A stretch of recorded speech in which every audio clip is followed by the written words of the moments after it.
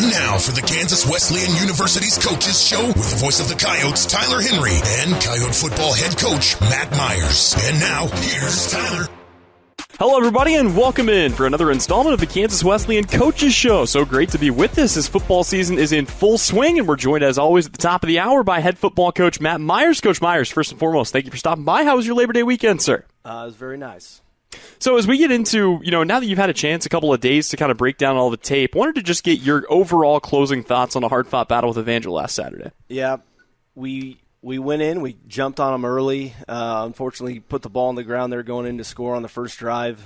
But, we looked good. We moved the ball. We ran the ball well.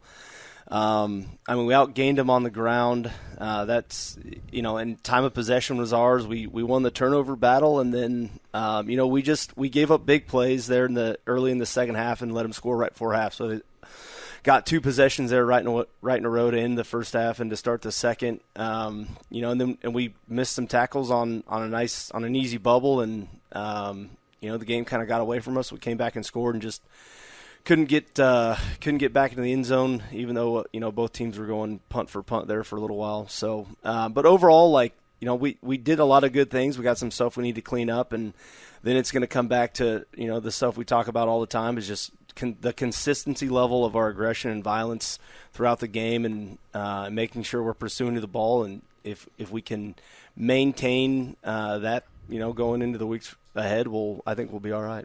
Despite the loss, I still felt like there were a lot of positive takeaways from that first contest. When you look back at that, what were some of the biggest positives that you felt like you took away from that first game? Running the ball for sure. We were, we were getting good displacement down the field and laterally with them up front.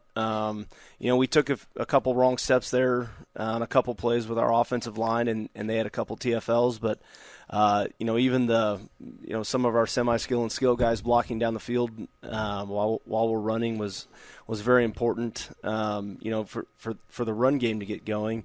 We didn't hit any big plays through the pass game like we wanted to.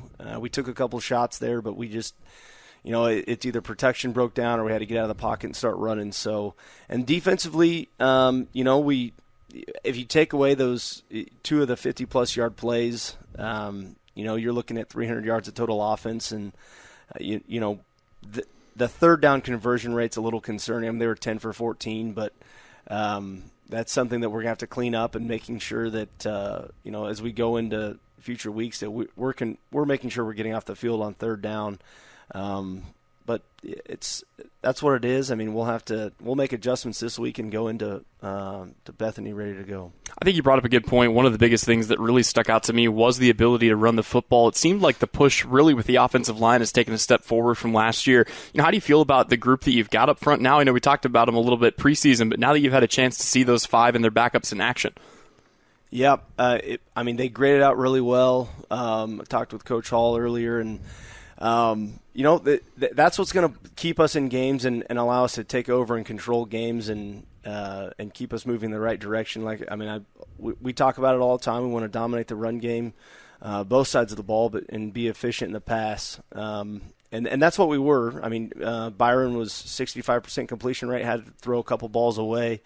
Lost one there late when he was trying to rip it down the field. So, if you take away those incompletions, he's at 70%, but that's just making good decisions with the football.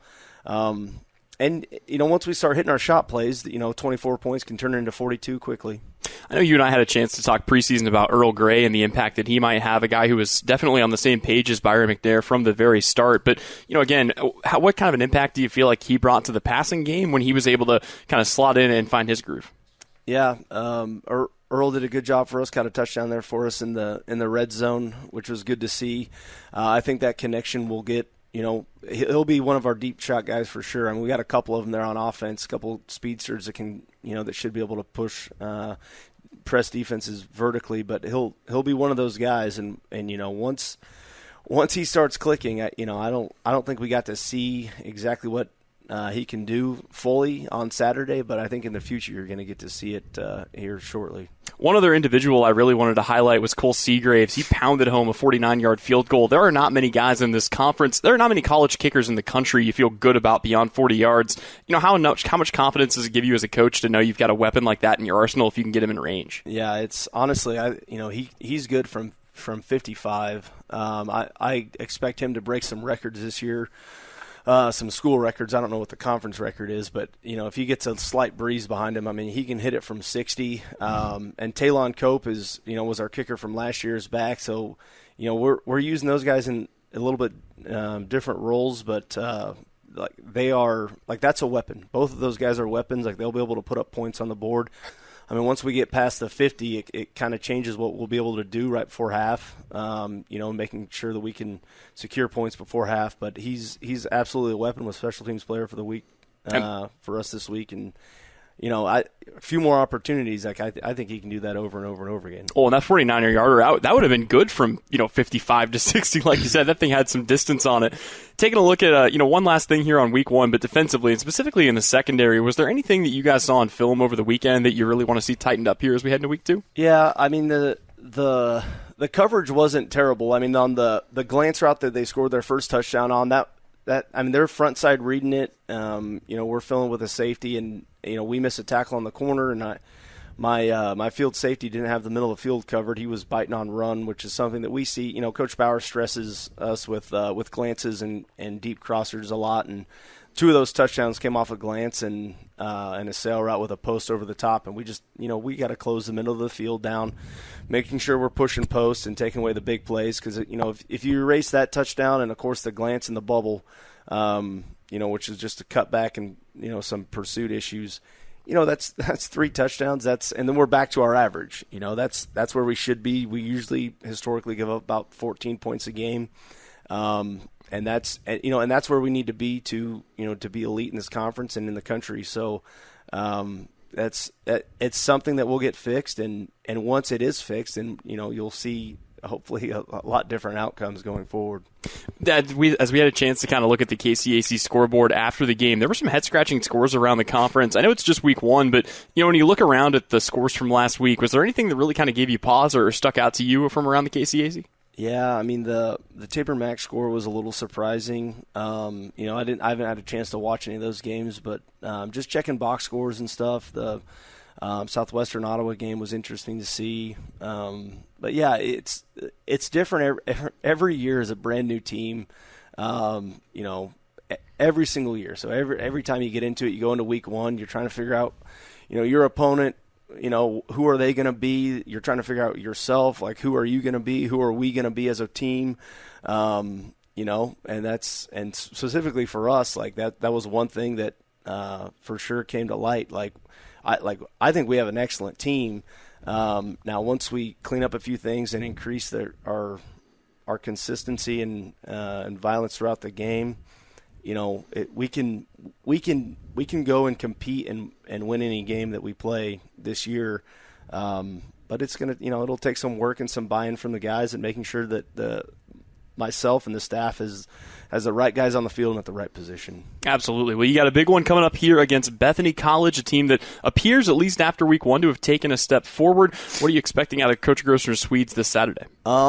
Just kind of, I watched it live on Saturday while we were waiting for our game to start. They played at 1 up in Kansas City. They ran the ball well. They got good push up front. They got a lot of offensive linemen back from last year, and they took some shots. Like, they stressed the field vertically multiple times, and they got some turnovers in that game, and were able to do a couple things with them there late to tie it up, and got beat by a field goal. So, we fully expect them to give us their best game, their best shot, and we need to roll into Tuesday and Wednesday and make sure that practice is sharp, and we hit kickoff at 11 a.m. on Saturday. We're ready to go.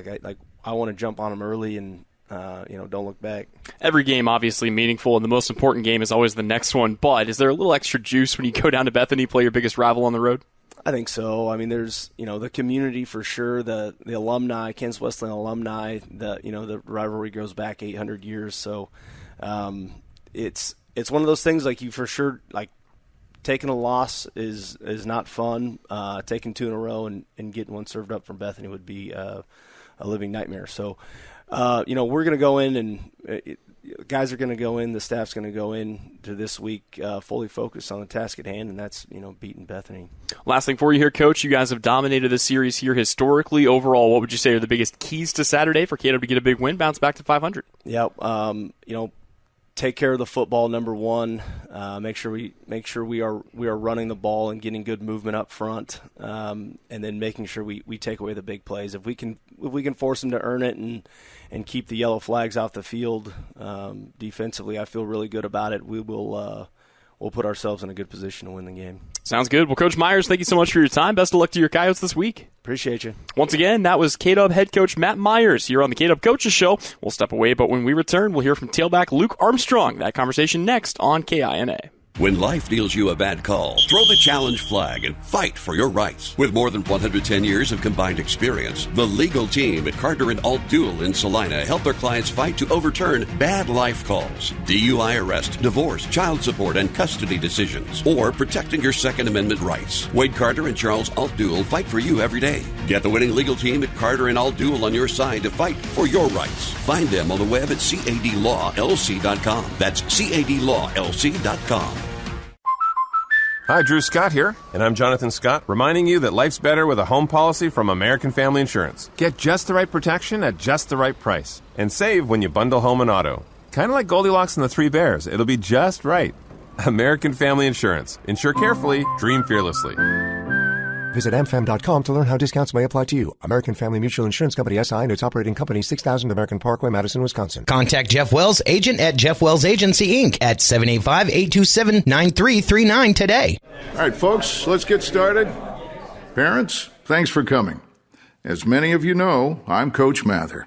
Tonight I want to talk about the season, of which I only have one expectation, that everybody gets stronger. When I say get stronger, I'm not referring solely to physical strength. Sure, we'll be in the weight room, we'll be running stairs, but we're also going to focus on developing mental toughness and grit, because those are the characteristics that allow us to achieve greatness both on and off the court. So, how do we develop those things? By getting comfortable with a challenge, by cultivating the confidence necessary to overcome adversity in all forms. That's why I coach. That's my purpose. Every member of this team can lean on me, and I'll teach them how they can lean on themselves and each other. This message presented by the KSHSAA and the Kansas Interscholastic Athletic Administrators Association. KINA Salina. For over 90 years, when people go car shopping, they've been coming to Marshall Motors in Salina. Hi, this is Dan at Marshall Motors. The world has changed, but the way we do business remains the same. We promise you the right price, no pressure, and to be your trusted dealership for sales and service. For over 90 years, we've been treating people the way we want to be treated and watching them drive away with a smile and a great ride. Come see us in South Salina at Marshall Motors. We keep life moving. If you're considering a career in healthcare, the nursing program at Kansas Wesleyan University can open doors for your future. You'll learn from experienced faculty, and there are great clinical opportunities right here in Salina. Tremendous scholarships are available, and KWU graduates posted 100% NCLEX pass rate last year.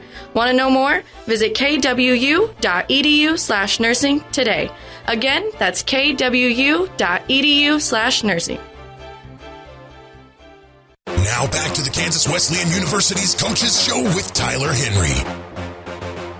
Welcome back in here on the KW Coaches Show. We're joined now by senior tailback Luke Armstrong. And Luke, first and foremost, thank you so much for taking some time and coming by the show today. Of course. Yep. How's it going? Good to see you. Good to see you too. Well, in a good week one as far as performance goes, but I want to take you back a little bit further. All told, what was it that brought you here to Kansas Wesleyan and made you want to suit up in the purple and gold?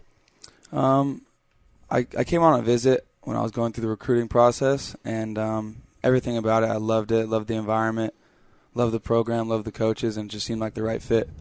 Overall, we hear from a lot of student athletes around here, it really is a family atmosphere, but, what are the things that have kind of made you feel like a part of the Coyote family and made you want to stay here at Kansas Wesleyan as well?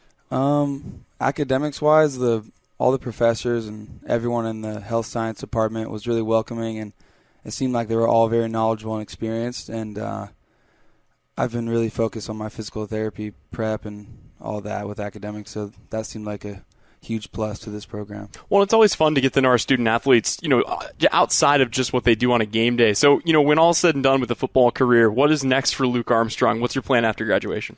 Hopefully we'll go home, back to Carlsbad and apply to a couple PT schools out there. Ideally, would like to get into San Diego State University for their PT program, or St. Augustine and San Marcos. So that's the plan going forward. I think it'll be pretty good. It's interesting to see kind of how your role has changed this year in this Coyote offense. You were a big part of the passing game last year, 16 catches for 279 yards and a touchdown. How has the transition been for you as you've become now more part of the running game as a straight up tailback? Yeah, so I played running back my whole life growing up, and I've always had ball skills and been able to run around and make plays, but it was surprising to me in the spring when I came back to running back. It seemed like I lost it. My instincts weren't there.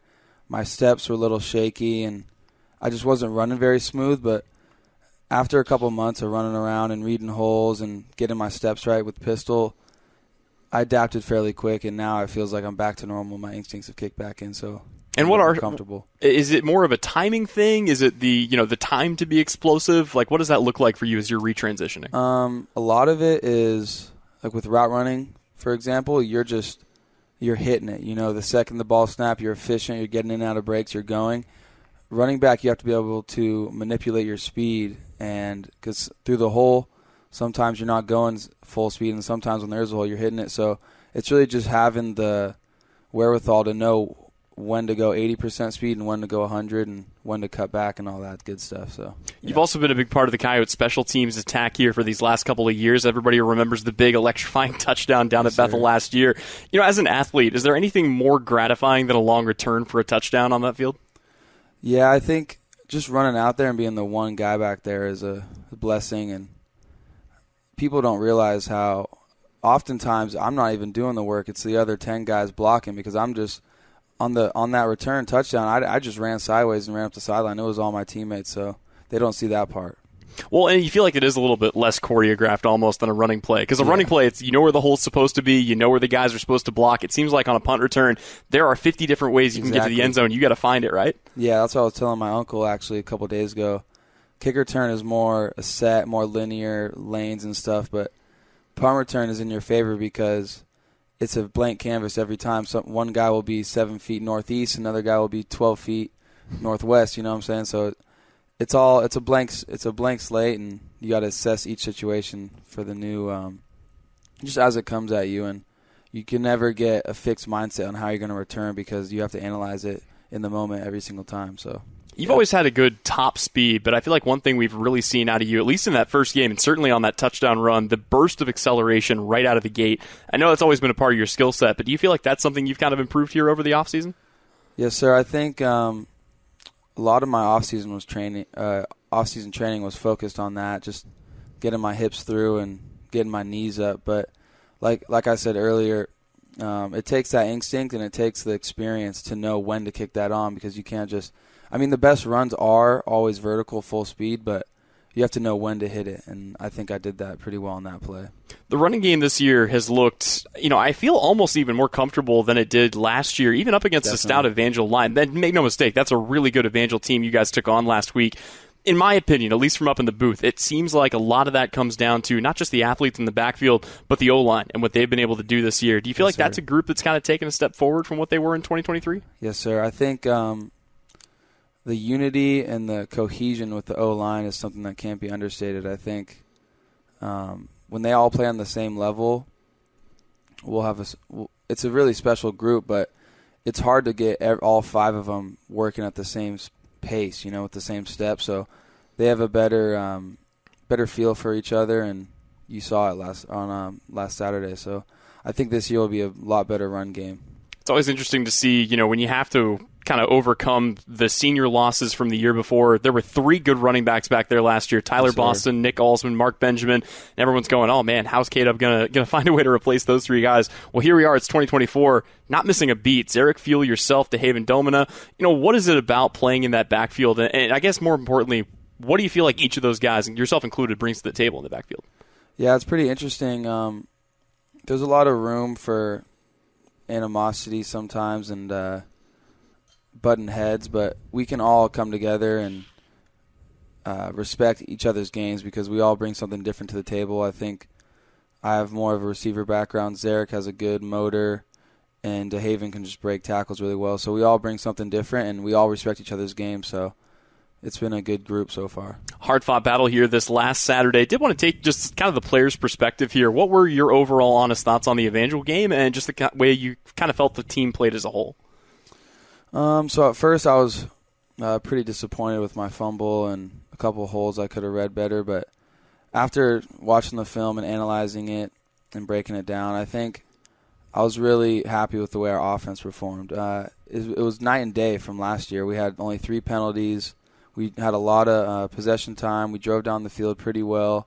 So, and game 1 is always some errors and get the jitters out. So I expect a huge improvement going into week 2. I feel like I already know the answer to this, but I'm curious to hear it from you. You think about the brand that Kansas Wesleyan has built this football program, hard, smash mouth, run the ball, that kind of football. It just feels like this is a team that can be built to do that once again and kind of get back to those roots. Is that a style that you love playing as a part of? It seems like as a lower-the-shoulder guy you do. But yes, sir.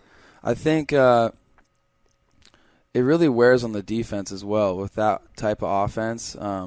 Because when you're on play 7, 8, 9, and you're looking at those backers, and when you make them flow laterally, they don't like it. They're all tired. They're waiting for the lineman to come up on them. So I think it'll help us if we could get the pass game going along with that. I think we'll be scary. You guys have got a big one coming up here against your biggest rival. I was curious, before we break down kind of the matchup, what does this game against Bethany year in, year out mean to the guys in these locker rooms? I think, we see him around town. There's some words exchanged. We don't really look at it as a rivalry because we always beat them, but we know the history. We hear the history, and you can feel it out there when you're playing them. It's a different energy, and we're just trying to make sure we sustain the dominance. Do you feel like there's been any additional pressure, or is it almost easier knowing that the precedent's been set? You go to Bethany, you beat Bethany, you come home. Yeah, I think it'll be fun to go play at their spot because then it's only 20 minutes away, 30 minutes away, and we get to set the tone, and we're just challenging ourselves to play our best ball and not go into it too complacent and just play our game and see what happens. Last thing for you here, Luke, overall, your thoughts on the X's and O's. What does K-Dub have to do this week to get the win over Bethany, bounce back to 1-1, heading into a big matchup with Southwestern 2 weeks from now? Honestly, I think we just can't get carried away. I think we need to come out, play our game, do our job, and not try to do too much because a lot of times in a rivalry you'll get worked up and you'll let your emotions take over, and it's just about being present, take each play for what it is and just do our job, and I think we'll be pretty successful. Well, Luke, thank you so much for coming by the show. Sir. Appreciate your time. Heck yeah. Once again, that was Luke Armstrong. Tailback here for your Kansas Wesleyan football team. We'll step away, but the KW Coaches Show rolls on next on KINA. I'm down with DIY, but when it comes to electrical wiring, I leave it to the pros at Jay's Electric in Salina. With more than 20 years of experience, they've seen it all, so they know how to properly diagnose and solve any electrical issue. But what really sets Jay's Electric apart is their customer service, honesty, and integrity. They take real pride in their work, and they won't leave the job until you're 100% satisfied. Learn more at jayselectric.com. That's JAES Electric.com. Jay's Electric, helping you power through. Proudly supporting the Coyotes. From raw honey to wax melts to beekeeping tools, boxes, and frames, AJ Honey Farms has it all and more. Be sure to check out their salves. Salves is a powerful blend of nature's best ingredients. Beeswax, crafted with care to soothe and nourish your dry skin, minor cuts, and burns. And for dry lips, try out their Happy Bee Balm. Treat yourself to their locally produced honey items or get a beautifully packaged gift set for a loved one. Stop in to see AJ Honey Farms at 901 North 9th Street. More than just a honey store. Have you noticed bad behavior has become normalized at interscholastic athletic events? Some fans seem angry. They lack civility toward one another. Some even get aggressive and unruly. Time out! What is going on? This has to stop. Let's not forget, school sports aren't just about winning. And they're definitely not an excuse to take your frustrations out on the official or the opponent. They're about teaching lessons like perseverance, respect, and empathy, so students can learn and grow as people, not just as players. We all have a role to play in setting a good example for our students and teaching them these important values. So fans, it's time to step up your game and behave positively at interscholastic athletic events in Kansas. This message presented by the KSHSAA and the Kansas Interscholastic Athletic Administrators Association. KINA Salina. The dog days of summer are over, and it's time for football.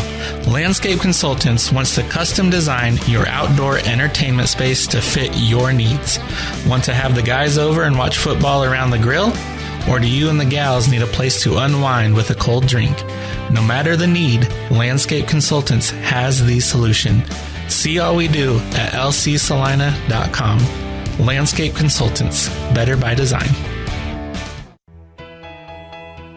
The social work program at Kansas Wesleyan University is now nationally accredited. Social work majors enter a variety of fields after graduation, including business, psychology, criminal justice, public policy, education, and many others. With a degree in social work from KWU, your options are limitless. Want to know more? Visit kwu.edu/socialwork today. That's kwu.edu/socialwork.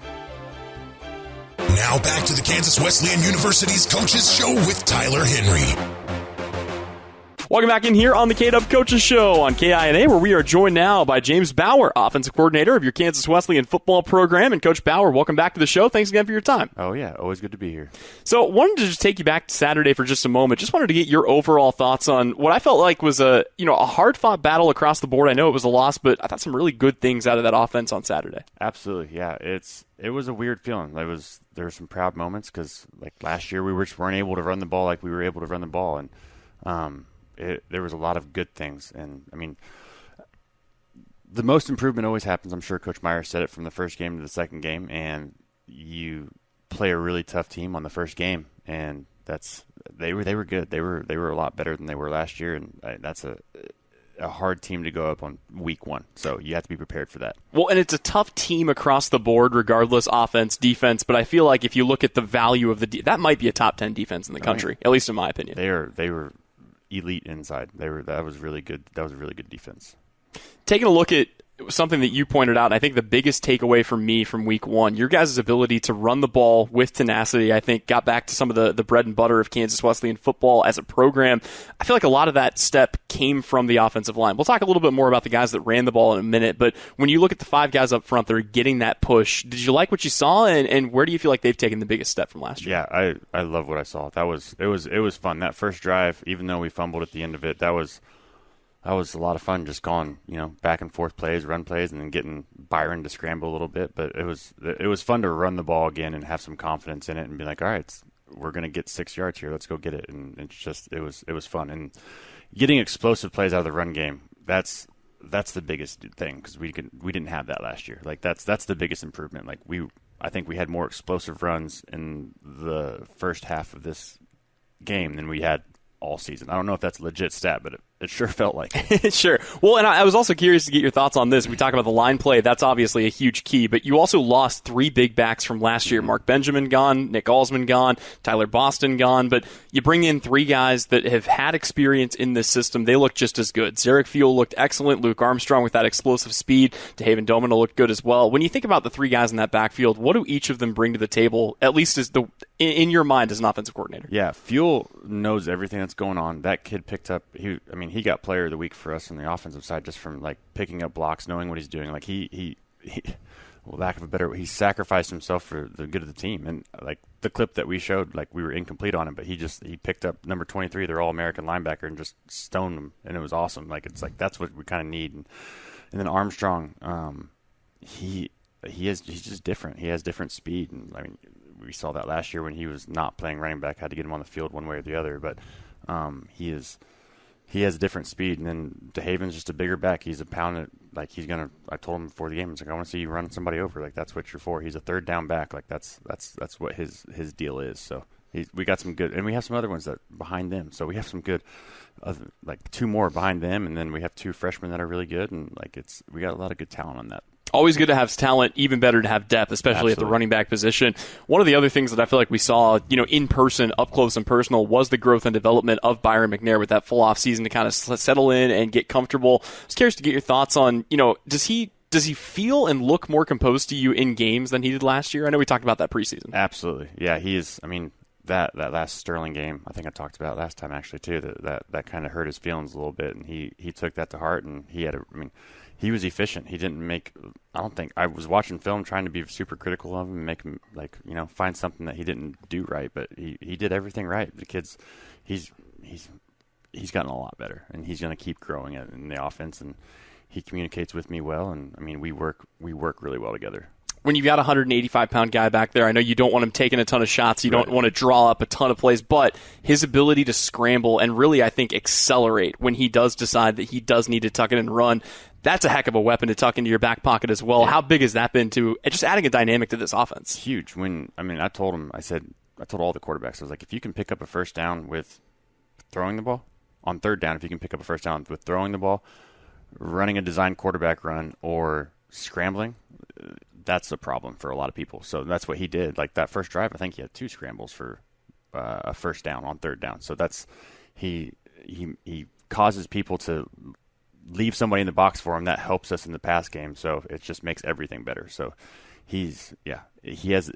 I'm trying not to run him too much, but that's got to protect him a little bit. He's still getting some weight on him, but we'll hopefully get him there. So, but. Yeah, he's been really good. Well, and with the ability to scramble, do you feel like the improvements you've seen from the offensive line have kind of helped that as well? Because it seems like on those plays, you got to have those guys holding their blocks and pass protection. Sometimes things break down, but it does seem like there are some more lanes, more choices for him to take off through. Absolutely, yeah. No, those offensive lines, they've got some road grader in them, and they do a good job of holding on to their blocks and doing their job, and it helps Byron feel a little bit more confident back there than we were last year, and it's just that's been a huge help for him. And he's even told me the same thing. He's like, I feel like he feels comfortable back there. He feels more comfortable, and that was the problem last year. And he's trying to make too many things happen, and it's been a huge help this year with the offensive line. I know he got a little dinged up in the first game, but Earl Gray looked so sharp in that first contest, especially in that first half. He and Byron clearly on the same page from the beginning. How big is it to add a weapon like that to an offense like this? Oh, it's huge. And he clicked in the spring a little bit, and then really like those guys they're pretty much neighbors where they live and at home, and so that's been nice that they got to work together the whole entire summer. And they know where each other are at all times on the field, and it's gotten pretty good. But yeah, when he got dinged up a little bit, it kind of slowed us down a little bit. It's not necessarily an offensive question, but at the same time, it's a scoring question. How nice is it to have a kicker like Cole Seagraves that apparently can bang one in from 55 yards? You guys trotted the field goal unit onto the field, and I'm sitting there up in the booth scratching my head a little bit. Yeah. That thing would have been good from 60. Yeah, that's actually one of my notes that I had to write down at the beginning when we started doing 2-minute drill and stuff. I'm like, hey, this kid can hit it from wherever he needs to. So that changes things for end of game scenarios or end of half scenarios. Like we just got to get to where we got from the 34, and he was that 49, right? It was 49. Yeah, and that thing could have gone a little bit farther too. So he changes the dynamic of where we can go, and like it sound like Cope's a great kicker, like our other kicker, but when that thing leaves Seagraves' foot, you can hear it up in the press box. Well, and Cope's still getting used to. I mean, when you have a guy that went 30 for 30 on extra points last year, like that, it seems like that job is his. But to have that 1-2 punch, I mean, it seems like that's just a great add across the board. Absolutely, and it helps on a lot of different angles having him on kickoff too, when he's kicking out of the back of the end zone and doing some stuff like that. So it's been.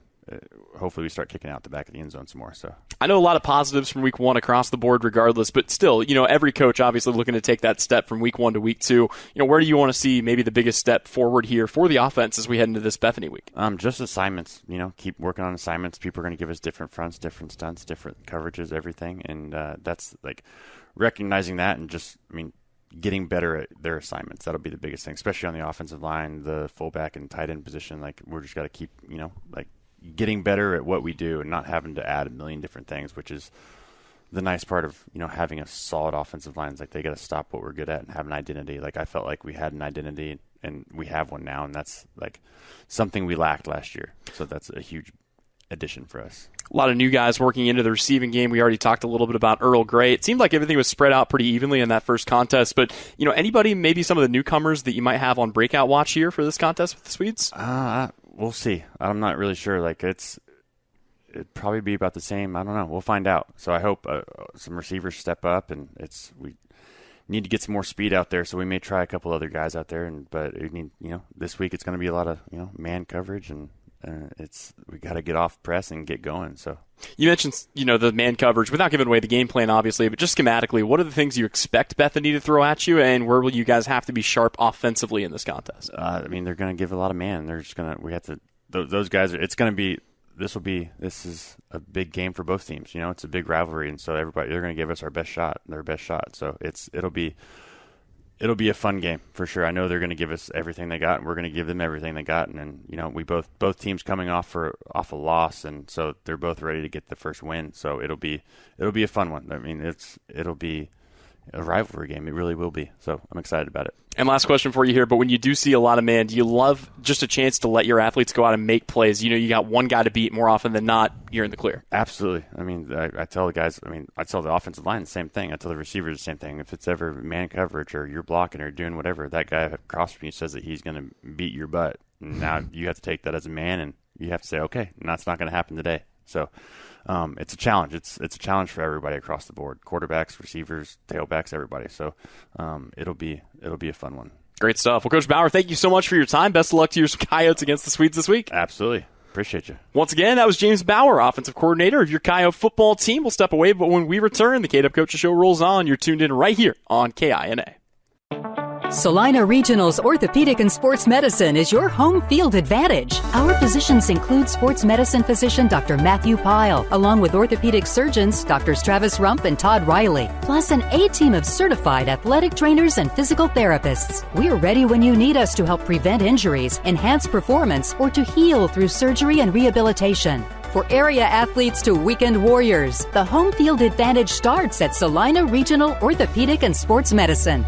At Gambino's Pizza, we serve more toppings, more taste, and more value. Our all-you-can-eat buffet, open every day from 11 to 1:30 p.m., is the only pizza buffet in town. For only $13, every member of your family can find something they will enjoy with options like classic and specialty pizzas or the appetizers and desserts. Not in the mood for pizza? You can order a fresh salad, hearty sandwiches, or creamy pasta from the menu. Dine in at the Salina or Hayes location or order online at gambinospizza.com. You're going to love it. This summer, Assyria Oil and Hardware encourages you to celebrate your freedoms and the best country on the planet. Stop in and check out the largest ammo supply in southern Saline County. Stock up now and be ready for next season. With 24/7 pumps, no matter what time of day or night, your gas and diesel tanks can rely on us. During regular business hours, you can get your favorite pizza and snacks to have enough energy to win the day. Assyria Oil and Hardware, located in Assyria at the corner of Center and Main. We'll fill you up. When there is wastewater backing up into your home, time is crucial. Hours are precious to minimize the mess and damage. That is where Salina Septic Service looks out for you with direct access to their dispatch board, so you can schedule the first available appointment. Upload pictures and description of your problem on the Salina Septic Service website and secure your appointment 24 hours a day, 7 days a week. Money-saving specials now and information on worry-free service plans when you visit salinasepticservice.com. Gabe with Sage Products in Salina, offering industrial strength products that get the job done right. We are featuring hospital-grade disinfectant sprays, wipes, and hand sanitizers to keep you safe this time of year. We carry toilet paper with a large assortment of hand towels. Check out our private line of colorful products like Mom's Streak-Free Glass Cleaner or our friendly Amazing Green Bowl Cleaner. Go online to sageselects.com, visit our 9th Street location in Salina, or call 309-1919.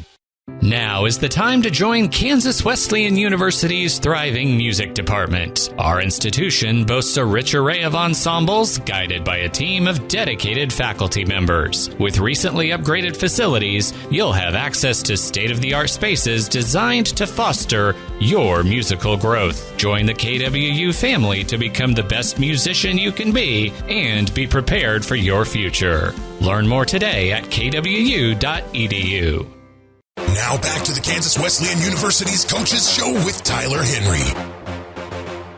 Welcome back in here on the KW Coaches Show on KINA, where we are joined by Chris Snyder, head coach of your Coyote developmental football team. And Coach Snyder, first and foremost, thank you so much for taking some time and coming on the show today. Thank you for having me. So this is actually your second stint coaching with the Coyotes. Before we get into the team and talk a little bit more about the season, I was curious, what led you and your family back to KW after spending some time away with Bethany and St. Mary? Well, we've always lived in Salina, I think, since 2010 when I first came out here. I left my previous school as a coach as just stability. I had some concerns there. I had an opportunity to be an admissions counselor here at Kansas Wesleyan and be more stable. And my roots are here. My kids are in schools here. So, and then I had an opportunity to volunteer, help out, and then did that for a season. And this year they decided to move me over into this role right now. So. Well, and I know everyone has found, a little something different here at Kansas Wesleyan, but when you think about the culture and the family atmosphere at Kansas Wesleyan, what makes KW stand out from other programs you've worked with across the country? Honestly, and I say this to recruits, I said this to recruits that came on campus even when I was a admissions counselor, it didn't matter the sport. I think there's just an overall commitment at this university, academically, the resources we have. I've been to some other NEI schools, and it's night and day different here. There's obviously the commitment to social life here, a lot of intramurals, a lot of things for kids to do, the whole power of AND, like getting them involved in more than just their one activity or sport. And then, the career stuff we do for the students here, to have the resources, the community involvement to hire students for internships and jobs after graduation. It's just a different animal here. And then Salina is a really nice college city to sell because it's big enough that it has everything. It's a supportive city, but you don't feel like you're in Phoenix, where nobody even knows there's a school in town. Well, and as somebody who's literally spent 3 years in Phoenix, I can concur with that. So, well, yeah, I grew up there. That's why I usually use Phoenix or LA or Vegas as an example, Makes perfect sense. So you have 23 years of collegiate coaching experience. I was curious, what would you say are some of maybe the biggest lessons that you've learned that you've kind of adopted into your coaching philosophy during that time? Well, I was very fortunate. The coach I played for back in the day at Doane College, which is now Doane University, was Fran Schwenk, and he just retired a few years ago after 50 years. And I learned right away as a player, he always seemed to be about the players, and I got to see that firsthand the years I coached for him after graduating, that it's always about the players. So that's kind of my thing I've always had. If you have really good relationships with players and they know you care, it doesn't matter if it's the number one quarterback compared to the number 5.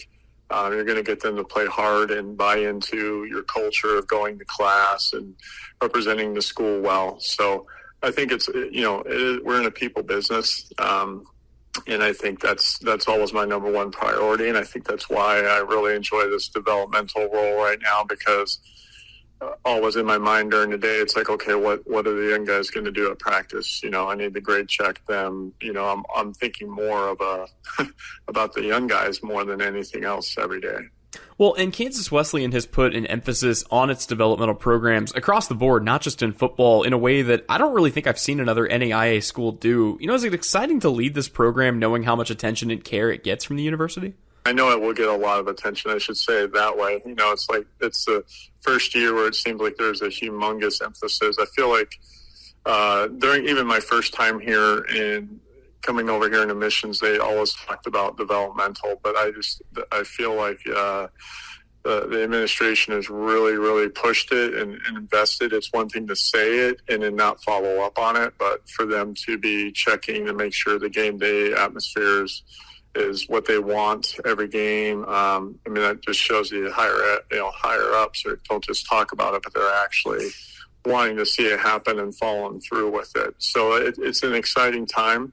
I've been to schools where they call it a junior varsity schedule and don't really care about it until the day of, and then they're scrambling to get kids ready or, don't make it a great atmosphere for them. So here I feel like they're giving it a big time feel and showing it. Maybe this is an obvious question. I know it's literally right there in the name, but, would you say the goal ultimately for most, if not all of these developmental players is to, grow and mature athletically to a point where they can make a game day roster on a Saturday? Yeah, it's not easy. I mean, it's not too hard to find a recent example for that. So you look at our quarterback McNair. If we were not giving him reps last season, and if he didn't play in some of those games, some schools you get stuck on scout team after fall camp, and you don't get to run your offense or defensive schemes until spring ball.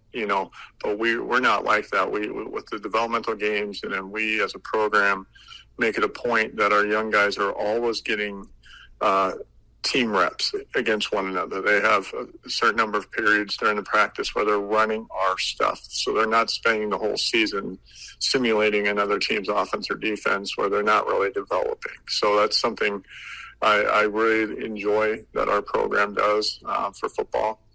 I think Coach Myers makes that an emphasis too. And our position coaches, all of us, we coach them up. When it's their period, we're there. We take the same amount of time in the weight room with them. We take the same amount of time in the film room. So there's really no separation. I think sometimes kids think developmental or they hear JV, which is not a good term. They think they're separated like high school, different practice times, all that stuff. But we do everything as a team. It's just an opportunity that they can go play. We have 6 games this year to go showcase themselves and show that they're ready if we need to make a move. But I think, again, you look at somebody like McNair as a perfect example, and I use that in recruiting all the time. True freshman, had a chance to showcase his talent every practice, and we finally gave him the shot to start, and he's never looked back. Well, and obviously the number of, Saturday game day roster spots is limited, but, how great is it also to be able to provide an opportunity for these guys, not only to continue to grow and mature, but also just to have a chance to chase that dream of being a college athlete? Yes. I mean, the opportunity to play football, that's, what's that saying, the carrot leading the horse. Once they're here, football, we take it serious when it's football time, but we want them to be heavily involved. So, I know we have some freshmen that are already doing like some e-sports stuff. They've gone to a lot of our orientation fun things that our school does. I hear our young guys talking about like, hey, we just went to this event or that. And that's really what the college experience is about. Your sport, you're going to have the ups and downs, but if you like your school, you like the professors, you have friends, you're involved on campus, that's going to be a better overall college experience. There are 3 other KCAC schools on your schedule this year for the developmental program: Bethany, Southwestern, and Bethel. Have you kind of seen this entire, developmental program start to grow, not only here at CADA, but around the conference as the years have gone by? Yeah, I'm trying to remember who we played when I was first here. I feel like you usually play one Heart team, a GPAC team. Every year it seems like the developmental teams, at least football, kind of changes. It depends on their roster sizes and everything like that. So, next year maybe it'll be somebody new that we normally haven't played in developmental. But you usually can count on a GPAC or a Heart team to want to play some developmental. You guys have a big one coming up here this Sunday against Bethany College. How excited are the guys for a chance to take on the Swedes, and what are the biggest things that you need to see out of your team this Sunday? Yeah, it'll be nice. It's just another opportunity to play, so it's really good for the kids because they can stay locked in. They have something to look forward to.